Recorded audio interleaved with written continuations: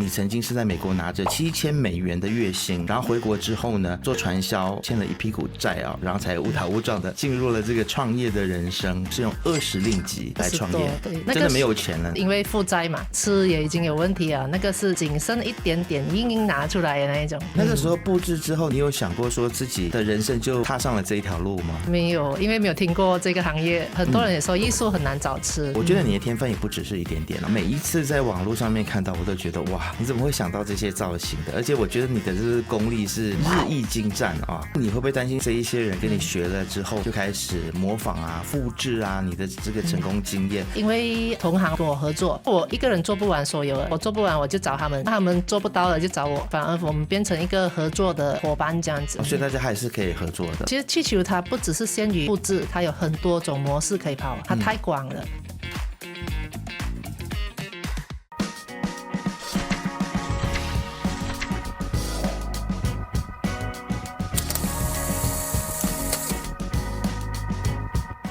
嗨，你好，我是能杰。这个时候你在收看以及收听的是由 BFM 财经所制作的开门见商。那今天来到我们开门见商做客的是 Paul Balloon， 它是一家的气球活动公司啊。那么其实这家公司呢，它是专门为气球做造型的公司。那么他们依据顾客的要求，打造不同造型的气球，不仅帮顾客来布置活动现场，甚至可以将这个气球做成各种各样的道具，包括了做成这个影视的道具啊。那么究竟是谁会想到这样子的一个创业的一个 idea， 然后也持续的将这个想法呢坚持的做下来啊？这一集我们很高兴再次邀请到了我的这位老朋友，就是 Paul Balloon 的创办人，他的中文名字呢非常的好听哦，叫做陈心意，那么英文名字是 Cindy。那他在今天的节目当中呢，要来跟我们来分享说如何用气球来开拓市场，甚至扭转自己的人生。Hello Isaac， 你好。我们又见面啦。是，对，其实我在《新洲日报》上面呢看到了这样子的一个描述哦，说你曾经是在美国拿着$7000的月薪，然后回国之后呢，做传销，然后栽跟斗欠了一屁股债啊，然后才误打误撞的进入了这个创业的人生。当初是用20令吉来创业，20多令吉来创业。其实这个故事很像我在上次访问你的时候，有提过啦。但是我想可能有些朋友如果还不认识你的话呢，可不可以先也来跟我们来介绍一下你自己以及你自己这样子的一个创业故事呢？就是在当初为什么会想要用20多令吉，然后来进入这个所谓的这个气球装饰的这样子的一个行业？其实当初是因为没有选择，所以才用20多令吉开始。那个真的没有钱了那个时候？那个时候真的没有，就是因为负债嘛，所以吃也已经有问题了。那个是仅剩一点点硬硬拿出来的那一种。OK， 所以我只是买了一只手充气筒，那气球也没有，所以就这样子开始创业。了解，所以这个 idea 是从哪里来的呢？是你在上网学到的呢，还是看到国外有这样子的一个做法，还是怎么样子？其实那个时候是因为我的朋友他们结婚，那因为你知道要找人家布置要花很多钱，所以我因为在酒店做过，我朋友就问我你可不可以帮个忙，所以我就想可能可以，我就尝试一下。可是后来我们找了很多东西都很贵，那后来我就找到气球，哇，应该吹一粒起来就大大粒，看起来就比较有气氛。所以从那个时候，我朋友就给我300块，然后呢，我就用他300块去买气球，那 testing， 然后做给他的布置这样子。所以那个时候布置之后，你有想过说自己的人生就踏上了这一条路吗？我没有，因为没有听过这个行业。那个时候 ，OK， 而且很多人也说艺术很难找吃，所以完全不会去考虑要做艺术这一块。OK， 所以你在做完了第一场布置之后，后来是怎么样子又继续往下做？是有第二场的邀约吗？还是一个怎么样子的情况呢？也没有。OK， 那个时候是因为那时候还有剩下一点点的球，然后呢，我就用剩下一点的球那来玩一些作品这样子。那所以我就买了20多块的 pump，then 就尝试用那些做放上网。那放上网之后，有一个导演他就刚好看到，然后看到他就讲，我们能不能用你的气球来做 props？就是拍摄的 props。然后从那一边呢，就做了之后，其实那个也没有赚钱啦，就是我就纯粹有人喜欢我就做，然后有一点点 cash 拿回来这样子，就拿回成本。那到现在，其实我在这个 FB 上面，我看到你最新的这个作品啊，应该说是近期啦，在农历新年的时候有这个龙属龙的这个生肖的这个造型的气球，哇！这个那个其实要花很多时间去制作吧？以前可能会，但是因为现在我已经做了15年了，所以我已经基本上我想到的可能1天就可以完成。OK，对，所以那个就对我来讲不是难度啦。但其实1天对我来说也是很长就是但是你那个作品是非常的 grand，非常的大，对，大家可以去上网看一下。你是说大致的那个对不对？对，其实你真的是一个很有艺术天分的人。我不敢这样讲，因为我真的付出很大的很多时间去练习。OK， 是需要去练习的。就是一直研究到我做到为止哦。如果说天分，我觉得我的学生他们真的还快过我啊。就是我可能要花好几年的时间到那个水平，可是我的学生可能半年多久时间，他们已经做得不错这样子。了解，所以你真的是花很多时间去练习、去钻研这样子。对，这个是不是其实也是告诉我们一个道理，就是说其实。有的时候可能天分不足也没有关系，只要你愿意去付出时间，然后努力的去钻研，其实你也是可以获得成功的。是的，就好像可能有些人他们破几条球，他就觉得我破很多了，可是我那个时候练的时候我是破几包球了。OK， 所以你讲天分的话，我觉得可能天分一点点，但是还是要加上努力的。我觉得你的天分也不只是一点点我看到你的作品的时候，我每一次在网络上面看到，我都觉得哇，你怎么会想到这些造型的？而且我觉得你的这个功力是日益精湛啊。我觉得可能是我练习的方法，因为我们以前那个年代就没有这样多视频可以看。那我练习的方法是看着真正那个东西来做，而不是看人家的造型气球来做。就像比如说我看舞狮，那我可能已经研究了几十支舞狮，不同款式的舞狮，那跟颜色搭配，那我才来用气球做我的。了解。然后我也了解一下那舞狮是做什么，它为什么会这样，它是要凶猛啊还是要可爱啊，什么形状，所以原来才发现舞狮有这样多款式的。了解。好，那其实我们在私底下聊天的时候，你有跟我说你现在也是逐渐的也花比较多时间在这个教学上面嘛。是的。对，为什么会有这个想法呢？因为一开始教学的时候其实是因为同行，那我那时候一开始做气球，我不知道为什么我做到某个阶段，很多人介绍新的同行来找我。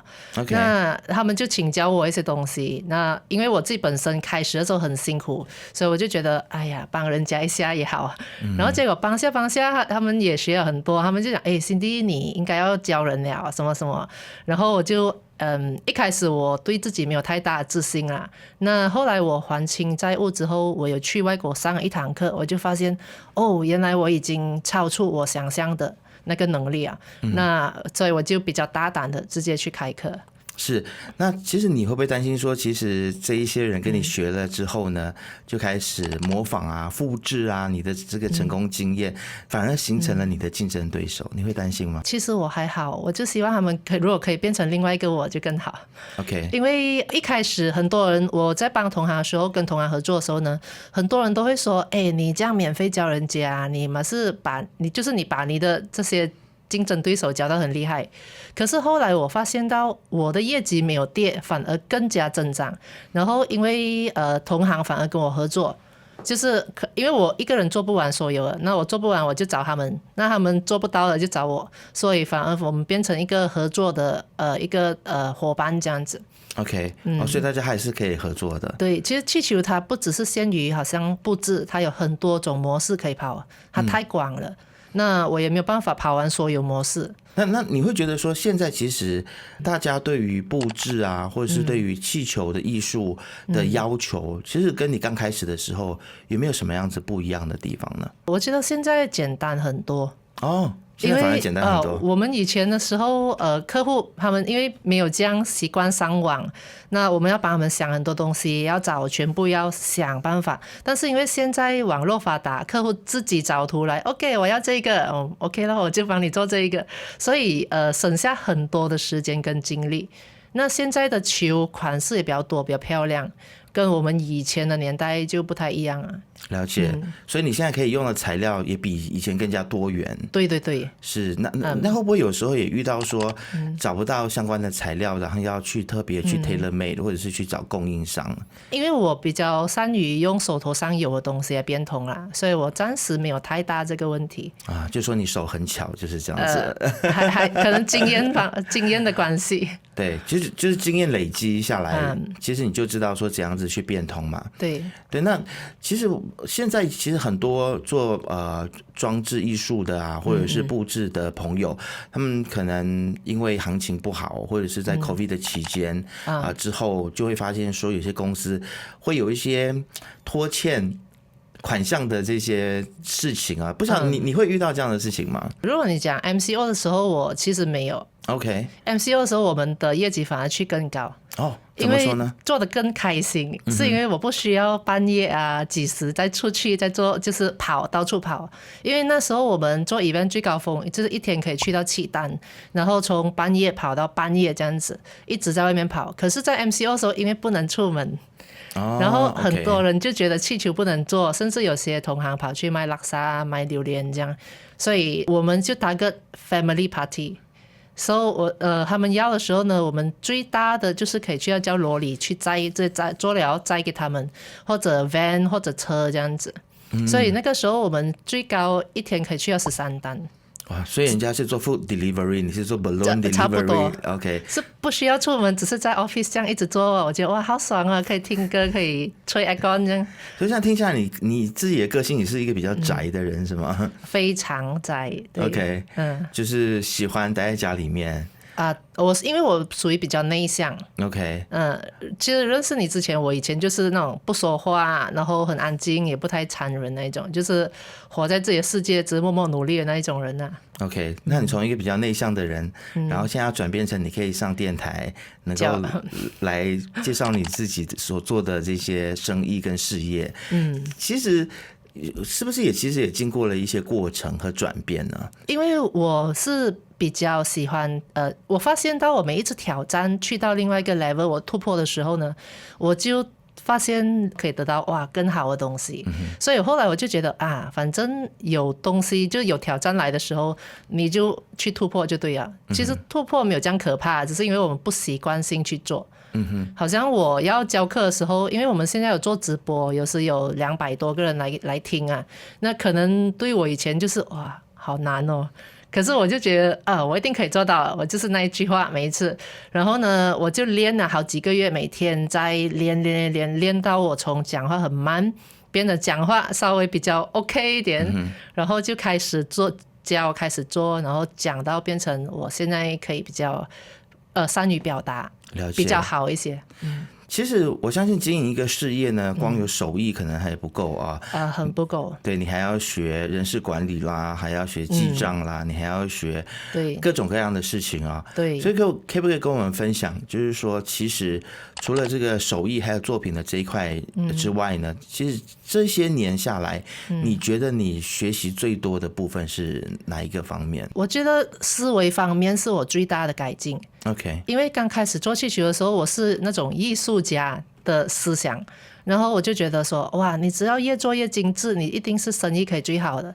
后来我发现到，因为我本身就喜欢去 explore 去研究很多东西，那我就去看很多做这个行业，我发现到手工最好不一定是 income 可以来最好，因为我算过那一笔账。所以后来我发现到为什么有一些他们手工可能没有我好，可是他赚钱比我多。所以我研究之后我就发现到原来创业跟艺术家是不一样的。那后来我有去上了很多那种创业的课，然后一点一点去找答案，然后就有醒悟了一些东西。我发现原来创业真的不只是在于你厉害做气球，或你只是厉害做那手艺，真的是不够。所以我就学了，除了这些之外，我觉得营销部分是很重要，然后怎样去 client management， 要怎样去跟他们谈，怎样 closing， 这些是非常非常重要。其实有没有哪一些的课程是你觉得特别受用的，可以今天也介绍给我们的听众？因为我相信很多我们的听众他可能也是有创业的这样子的想法，但是不得其门而入啊，所以或者是他们想要去上一些课，你可不可以跟我们分享一下，你是在选择课程的时候有没有什么样的窍门呢？其实我也没有太多窍门，我就是问身边的朋友，然后我看做得不错，然后能不能介绍一下什么好的课程去上一下这样子。其实有的时候路就在自己的嘴上，对不对？只要你愿意开口去问的话，就一定有人是愿意分享的嘛。对，其实因为你去上课，你就会发现很多人喜欢上课，他们就会到处去找。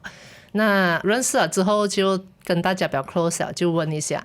OK， 所以他们都很乐意分享，都挺好的。是，其实看你的学历，你之前也是在美国曾经念过大学嘛？你当初念的是酒店管理系。对，酒店管理。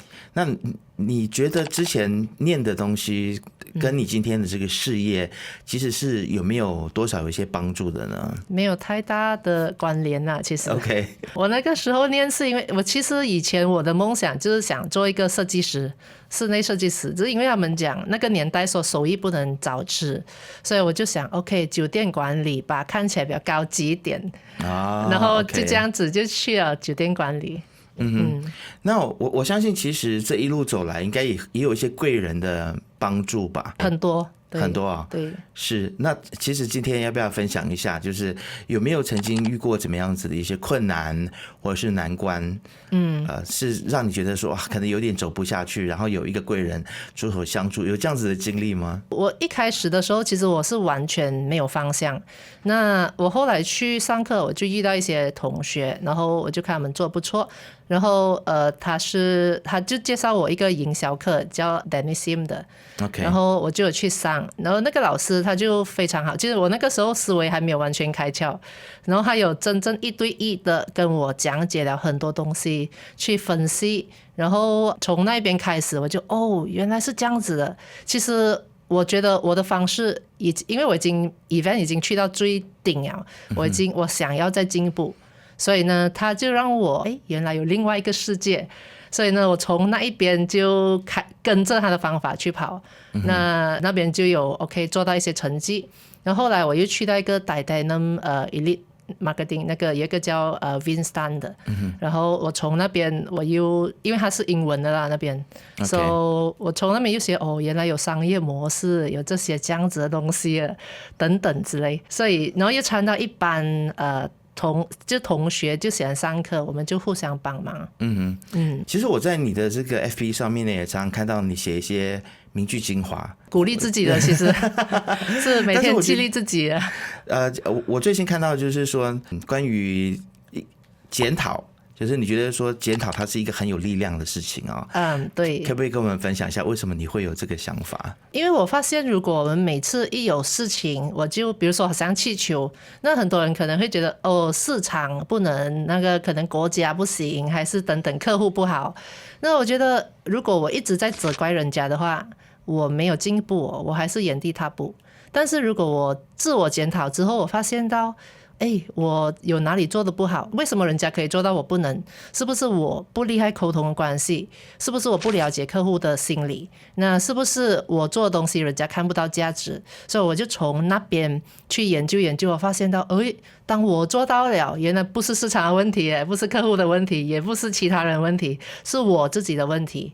那之后我就开始做到成绩啊，然后我就发现到这招太好用了，然后所以我就觉得有什么事情不要去怪人家，就怪自己就好。是因为另外一篇你也写到关于这个要看到别人的优点嘛？是因为这个其实对我来说是还蛮有帮助的，坦白讲，因为其实超级因为我的工作就是要常常去检查哪里出错啊，哪里有缺点要去纠正，所以它就会变成是慢慢的变成我们的一个习惯，所以看事情都是去看缺点。那后来其实你那篇文就是提醒了我，其实有的时候要去看优点。我的荣幸。对，然后你要从别人的优点去鼓励别人，那其实对方才能够做得更好嘛。对，是我发现到，因为没有人喜欢被人家讲自己有多不好。那当你比如说我做得很好，你觉得不好 ，OK， 我觉得我也不要给你看到我的好的一面了。那但是人都有这种逆反的心态嘛，对不对？对，那比如说你讲Cindy 很善良，那我在你面前说 OK 啊，我当然是善良这样子，所以就会因为我发现到把一个人的优点放大的时候，他的缺点变小，其实真的已经不是什么缺点了。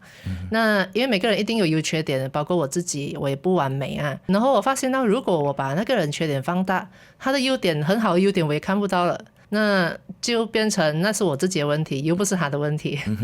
所以你现在公司的规模是怎么样呢？我记得我上次访问你的时候，你很像是 one man show 嘛，就是自己一个人。现在是公司除了你之外，有其他的员工吗？我目前背后有一个团队在support 我啦。哇，你已经成长到有一个团队了。没有，那团队是非常优秀的。对对对。然后呢，我本身我也没有太多，我的 group 没有太多人。然后我们有用一个 automatic sales 的一个 system 这样子，所以它会自动回复客户啊那些。了解。对，这也是市场上他们有这样子的一个 apps 啦。那个很大帮助。了解，其实不管团队大或者是小，其实我觉得管人呢，或者是跟人在一个团队里面一起合作，都是一件不简单的事情啊。对我来说，我到现在都还在学习。那不晓得 Cindy 你有没有什么样子的秘诀可以来分享一下？其实我也真的不行啊，我觉得我之前每次配合我就觉得为什么沟通不到这样子，那我也尽量学着我要怎样去 overcome 这个问题。我发现到我每一次换新的人之后，我有慢慢在调整，越来越好。OK， so 人家做得好的时候，我觉得我要称赞一下，那他们就觉得原来我们这个Cindy是很开心的这样子。其实我知道 Cindy 你讲的这个意思啦，就是我们还是要从自己身上去找问题。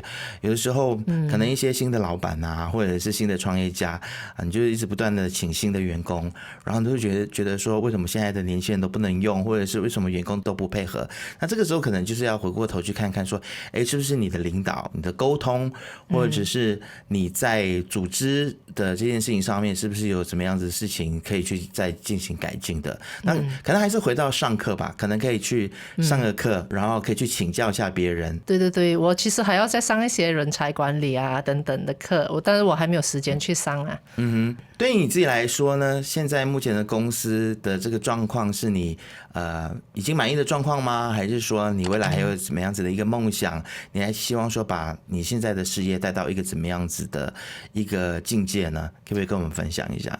其实我做这个公司，因为我自己我觉得我很满足了，我一直在进步。那我只是想要再看看我可以去到哪里，所以我一直在努力。那最终呢，我还是希望我的这个公司不只是我自己罢了，我希望可以帮到更多喜欢气球的人。所以我们可能就是再安排，再慢慢策划，看能不能变成一个平台等等之类的。OK，那这个平台它是也会着重在教学吗？还是说可能都有。OK， 因为很多东西还没有人做这个东西，我们就先立，所以我们还在研究中。因为不确定他们学生的想法会是怎样。了解，其实我觉得可能创业有的时候是需要有一些规划的，有一些想象的，但是有的时候可能也像 Cindy 这样子，除了有规划有梦想之外，还是回到说我们每一天手边在做的事情。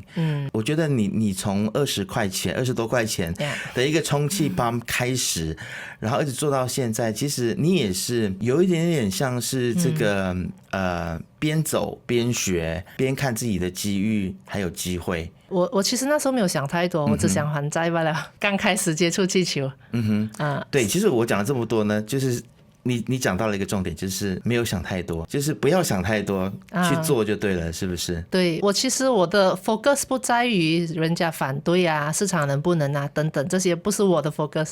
我的 focus 是我几时可以把那笔债务还清。所以其他的我不理了。这个就又回到了你另外一篇，我看到你写的就是，如果我们想的话，就都是问题。当你下手去做的时候呢，就是会找到答案。哇，你有看我的荣幸哎！我是你非常忠实的粉丝，就对了。哇，谢谢你。对，其实我觉得这个缘分非常的奇妙，就是从之前我曾经访问过的一位来宾，到最后我变成他的这个 Facebook 的粉丝，然后他常常写的一些东西呢，也都在激励着我。那最近呢，其实 Cindy 呢，他在这个《新洲日报》上面呢，也有一篇的报道啊，然后也很详尽写了他的创业的故事，大家也都可以在上面去参考一下，来翻阅啊，可能也会带给你一些启发的。这样非常谢谢 Cindy 来到我们的节目当中，谢谢你，我也谢谢 Isaac， 谢谢 BFM。是，那你对于这个 Cindy 的创业故事又有怎么样子的想法吗？你也想要来跟他学习吗？都可以在我们下面来留言的。正在收看 YouTube 的朋友呢，欢迎订阅、按赞以及开启小铃铛，就可以看到我们所有最新的影片了。我们下次见。